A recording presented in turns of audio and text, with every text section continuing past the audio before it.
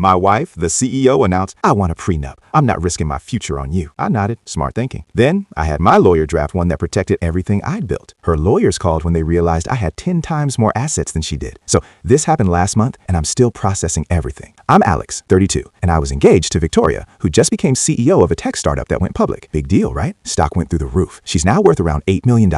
We're at this fancy restaurant celebrating her IPO when she drops the bomb. "Alex, I want a prenup. I'm not risking my future on you." Just like that. No sugarcoating, nothing. I almost choked on my bread. But here's the thing. I wasn't mad. I actually smiled and said, "Smart thinking. Really smart." She looked confused for a second, like she expected me to argue. But I just raised my glass and said, "To protecting assets. We clearly don't have the same amount." She laughed, but didn't catch what I meant. See, to everyone, including Victoria, I'm just a regular software guy. I drive a beat-up Honda that makes weird noises. I live in a modest apartment. I wear jeans and hoodies. I'm basically invisible at her fancy work parties. She loved being the successful one, and I let her have it. What she didn't know, 3 years ago, I sold a logistics software I built for $80 million plus royalties. My net worth is roughly 10 times hers. I kept it quiet because money makes people weird. Suddenly, everyone wants something from you. So I just lived normal, took consulting gigs to look busy, and kept my mouth shut. When Victoria's prenup arrived, it was brutal. No alimony, return the ring if we divorce within 5 years, separate everything. It basically screamed, "I have money and you don't, so stay away from mine." I forwarded it to my lawyer, Sarah, who literally called me cackling.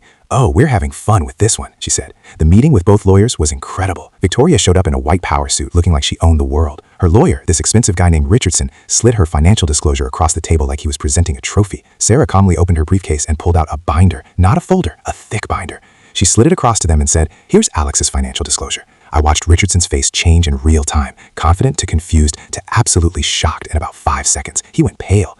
Victoria leaned over to look and her mouth literally dropped open. "Alex," she whispered, "you're worth 8 figures. Technically 9 with the royalties," I said casually. "They've been doing really well." Her lawyer was flipping through pages of bank statements, investment portfolios, property I'd forgotten about, everything verified and notarized. Sarah doesn't mess around. "This changes everything," Richardson stammered. Victoria looked like she might cry. "You deceived me." "No," I said calmly. "You assumed." Big difference. We took a lunch break. Victoria and her lawyer needed time to process. When we came back, they tried to flip the script, talking about transparency and honesty. That's when I dropped the final bomb. "By the way," I said, "remember that anonymous early investor who gave a company $50,000 when nobody else would? The one who believed in you before you had a working product?" Victoria's eyes went wide. "No, yeah, that was me. I literally helped build your empire, Victoria." The room went dead silent. Her lawyer looked like he needed a drink. Victoria's face went from pale to red. We didn't make it to the wedding. She ended things, told everyone I deceived her by pretending to be broke.